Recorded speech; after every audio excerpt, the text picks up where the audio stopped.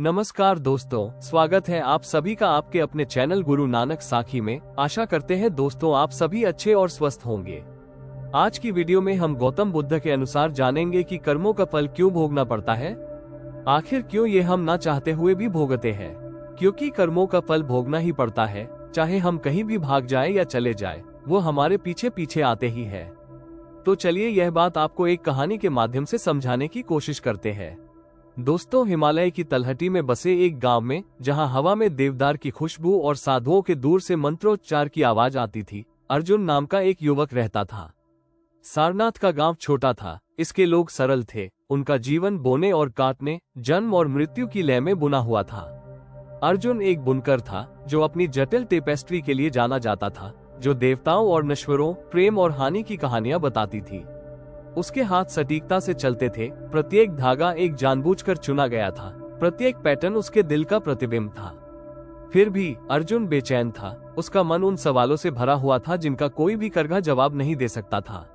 हमें क्यों कष्ट सहना चाहिए? उसने एक शाम गांव के पास से बहने वाली नदी के किनारे बैठकर पूछा। ढलते सूरज के नीचे पानी झिलमिला रहा था, उसकी सतह उसके शब्दों के वजन से लहरा रही थी। मैं सुंदरता बुनता हूँ, फिर भी मेरा दिल दुखता है। मैं कड़ी मेहनत करता हूँ, फिर भी मेरा परिवार संघर्ष करता है। मेरे कामों से इतना दर्द क्यों होता है? उसका सवाल तब तक अनुत्तरित रहा जब तक कि सुमेधा नाम का एक बूढ़ा साधु गांव से नहीं गुजरा। सुमेधा एक घुमक्कड़ था, उसके वस्त्र फीके पड़ गए थे, उसकी आंखें गौतम बुद्ध के मार्ग पर चलने वाले व्यक्ति की बुद्धि से चमक रही थी। गांव वाले उसके बारे में श्रद्धा से बात करते थे, क्योंकि वो धर्म की शिक्षाएं लेकर आया था, वो सत्य जो मुक्ति देता है। अर्जुन ने सुमेधा को ढूंढा, उसे एक बरगद के पेड़ के नीचे पाया, जिसकी जड़ें अर्जुन के मन में उठने वाले प्रश्नों की तरह फैली हुई थीं। आदरणीय महोदय, अर्जुन ने झुककर कहा, मैं एक बुनकर हूँ और मेरा जीवन परिश्रम और दुख का ताना बाना है। हमें अपने कर्मों के परिणाम क्यों भुगतने चाहिए? मेरे जीवन का धागा दर्द की गांठों में क्यों उलझ जाता है? सुमेधा मुस्कुराया, उसका चेहरा पेड़ की छाल की तरह सिकुड़ गया। युवा बुनकर, उसने कहा, तुम्हारा प्रश्न वो धागा है जो सभी प्राणियों को बांधता है। मैं तुम्हें एक कहानी सुनाता हूँ जिसे जागृत व्यक्ति ने दुख के रहस्य और कर्म के नियम को उजागर करने के लिए साझा किया होगा। और इस तरह बरगद के पेड़ के नीचे सुमेधा ने शुरू किया। बहुत पहले राजगृह नामक एक हलचल भरे शहर में कवि नाम का एक व्यापारी रहता था। कवि धनी था, उसका घर रेशम और जवाहरात से सजा हुआ था, उसके अन्न भंडार भरे हुए थे। फिर भी उसका दिल रेगिस्तान की तरह बंजर था।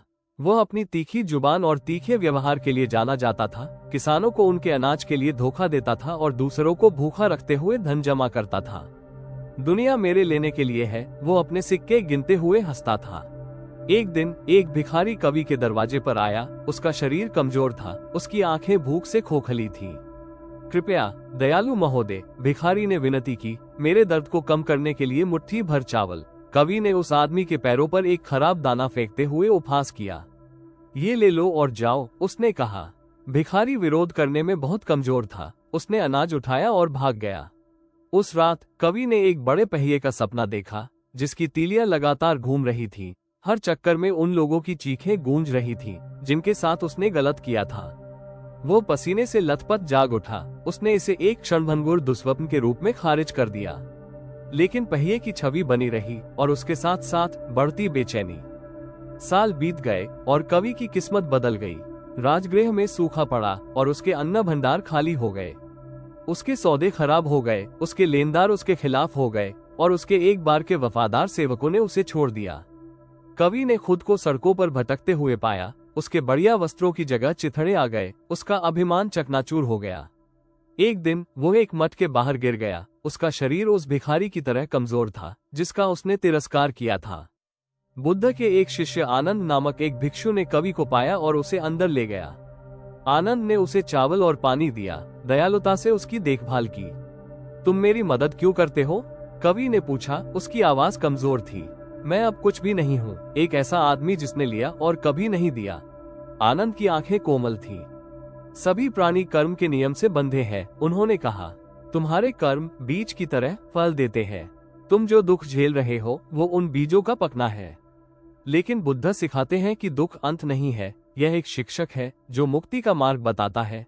कवि हालांकि कमजोर था, लेकिन जिज्ञासा की चिंगारी महसूस की। ये कर्म क्या है? मैंने जो बहुत पहले किया था उसके लिए मुझे क्यों भुगतना चाहिए? आनंद कवि को बुद्ध के पास ले गया, जो एक शाल वृक्ष के नीचे ध्यान में बैठे थे। बुद्ध की उपस्थिति एक शांत झील की तरह थी, शांत लेकिन गहन। कवि ने सिर झुकाया, उसका दिल शर्म से भारी था। जागृत व्यक्ति, उसने कहा, मैं अपने कर्मों से बर्बाद हुआ एक आदमी हूँ। हमें अपने कर्मों के परिणाम क्यों भुगतने चाहिए? क्या कोई बचने का रास्ता नहीं है? बुद्ध ने अपनी आंखें खोली, उनकी नजरें तीक्ष्ण और करुणामय थीं। कवि, उन्होंने कहा, कर्म का नियम उस धागे की तरह है जिसे तुम कभी अपने बाजारों में बेचते थे। तुम जो भी कार्य करते हो, चाहे वो दयालु हो या क्रूर, उदार हो या स्वार्थी, वो तुम्हारे जीवन के ताने बाने में बुना हुआ धागा है। कोई भी धागा खोया नहीं जाता, हर एक धागा पैटर्न को आकार देता है। तुम्हारा दुख सजा नहीं है, बल्कि तुम्हारे विकल्पों का स्वाभाविक परिणाम है, जैसे एक छाया शरीर का अनुसरण करती है। कवि ने भौहें सिकोड़ी, लेकिन अब मुझे ये क्यों सहना चाहिए? वे कार्य अतीत में है, भूल गए हैं। बुद्ध ने शाल वृक्ष की ओर इशारा किया। इस वृक्ष को देखो कवि, इसकी जड़ें धरती के नीचे छिपी हैं, फिर भी वे इसकी शाखाओं को पोषण देती हैं। तुम्हारे कार्य जड़ें हैं और तुम्हारा वर्तमान फल है। जो मन लालच, घृणा या अज्ञानता से चिपका रहता है, वो ऐसे बीज बोता है जो दुख में पकते हैं। लेकिन जो मन ज्ञान, करुणा और मनन की खेती करता है, वो शांति के बीज बोता है। कवि की आंखों में आंसू भर आए। क्या मैंने जो किया है उसे पूर्ववत करने का कोई तरीका नहीं है? बुद्ध की आवाज स्थिर थी। अतीत को बदला नहीं जा सकता, लेकिन वर्तमान को आकार देना तुम्हारा काम है।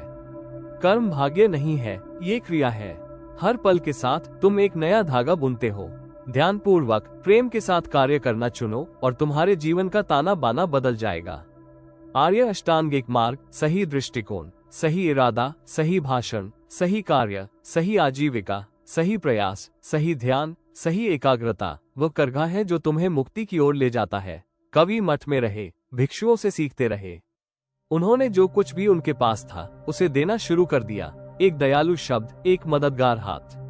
धीरे धीरे उनका दिल नर्म हो गया और उनकी पीड़ा कम हो गई। इसलिए नहीं कि उनकी परिस्थितियां रातों रात बदल गईं, बल्कि इसलिए कि उनका दिमाग स्पष्ट रूप से देखने लगा। वो समझ गया कि उसके कर्म, जो कभी लालच से प्रेरित थे, उसे पीड़ा में बांध दिया था। लेकिन अब दयालुता का प्रत्येक कार्य मुक्ति की ओर एक कदम था। सुमेधा ने अर्जुन को देखते हुए विराम लिया। देखा, युवा बुनकर, कवि की कहानी तुम्हारी और मेरी कहानी है। बुद्ध ने सिखाया कि दुख लालसा से, सभी चीजों की अस्थायी प्रकृति के अज्ञान से उत्पन्न होता है।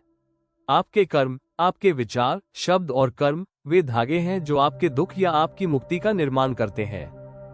करघे पर वर्षों से काम करने से कठोर हो चुके अर्जुन के हाथ सख्त हो गए।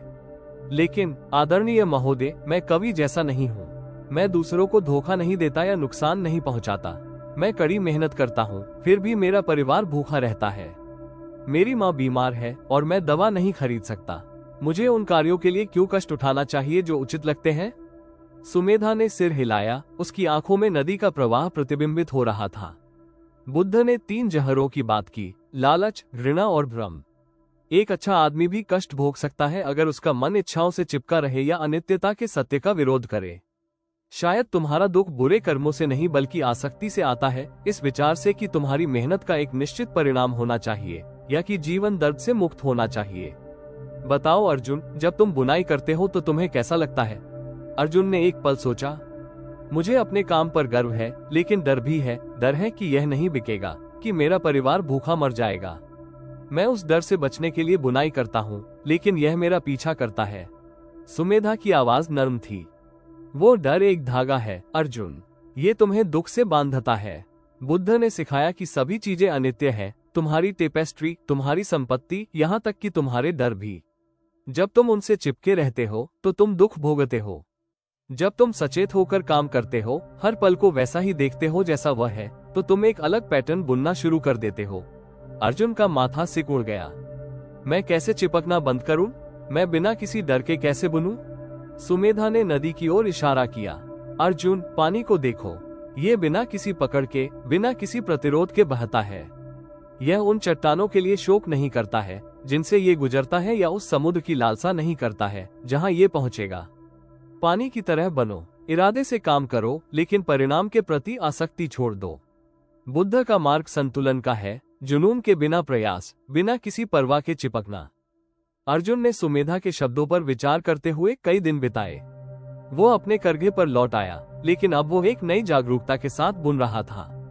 प्रत्येक धागा एक विकल्प था, प्रत्येक पैटर्न माइंडफुलनेस का अभ्यास करने का एक क्षण था। जब डर पैदा हुआ तो उसने इसे देखा, इसे बादल की तरह गुजरने दिया। जब उसकी टेपेस्ट्री बिक गई तो उसने धन्यवाद दिया, जब वे नहीं बिकी तो उसने बिना किसी निराशा के इसे स्वीकार कर लिया। एक दिन एक अमीर व्यापारी अपनी बेटी की शादी के लिए टेपेस्ट्री की तलाश में गांव में आया। अर्जुन ने अपनी सबसे अच्छी कृति पेश की, एक शांत तालाब में खिलते हुए कमल के फूलों का दृश्य, जो रंगों से बुने हुए थे, जो चमकते हुए लग रहे थे। व्यापारी न केवल सुंदरता से बल्कि अर्जुन की आंखों में शांति देखकर भी प्रभावित हुआ। यह कोई साधारण काम नहीं है, व्यापारी ने कहा। अपनी कीमत बताओ। अर्जुन मुस्कुराया, बुद्ध की शिक्षा को याद करते हुए। इसे अपनी बेटी के लिए उपहार के रूप में ले लो, उसने कहा। यह उसे खुशी दे। अर्जुन की उदारता से प्रभावित व्यापारी ने भुगतान करने पर जोर दिया और अर्जुन की दयालुता की बात फैल गई। जल्द ही उसकी टेपेस्ट्री की मांग की जाने लगी, न केवल उनकी सुंदरता के लिए बल्कि उनमें निहित भावना के लिए भी। अर्जुन का जीवन कठिनाइयों से मुक्त नहीं हुआ। उसकी मां की बीमारी बनी रही और गांव में अभी भी मंदी का दौर चल रहा था। लेकिन अर्जुन का दिल हल्का हो गया। उसने अपने दुख को सजा के रूप में नहीं बल्कि एक शिक्षक के रूप में देखा, जो उसे ज्ञान और करुणा के साथ कार्य करने का मार्गदर्शन कर रहा था। उसने अपनी कमाई गरीबों में बांटी, अपनी मां की धैर्यपूर्वक देखभाल की और प्रत्येक चित्र को वर्तमान क्षण के लिए एक भेंट के रूप में बुना। वर्षों बाद जब सुमेधा सारनाथ लौटी तो उसने अर्जुन को उसी बरगद के पेड़ के नीचे बच्चों के एक समूह को बुनाई करना सिखाते हुए पाया। साधु ने देखा कि अर्जुन उनके हाथों का मार्गदर्शन कर रहा था। उसकी आवाज कोमल थी, उसकी आंखें साफ थीं। तुमने क्या सीखा है, युवा बुनकर? सुमेधा ने पूछा। अर्जुन ने सिर झुकाया, उसकी मुस्कान चमक रही थी। मैंने सीखा है कि दुख कर्म की छाया है, लेकिन ज्ञान प्रकाश है। मैं जो भी धागा बुनता हूँ वह एक विकल्प है, और ध्यान के साथ मैं शांति का जीवन बुन सकता हूँ, चाहे पैटर्न कोई भी हो। सुमेधा ने सिर हिलाया। तुम बुद्ध के सत्य को समझ गए हो। कर्म तुम्हें बांधने वाली जंजीर नहीं है, बल्कि मुक्ति का मार्ग है। बुनते रहो अर्जुन, और तुम्हारा हृदय आकाश की तरह खुला रहे। कहानी समाप्त हुई और अर्जुन मौन में बैठ गया। नदी का गीत भिक्षु के शब्दों के साथ घुल मिल गया।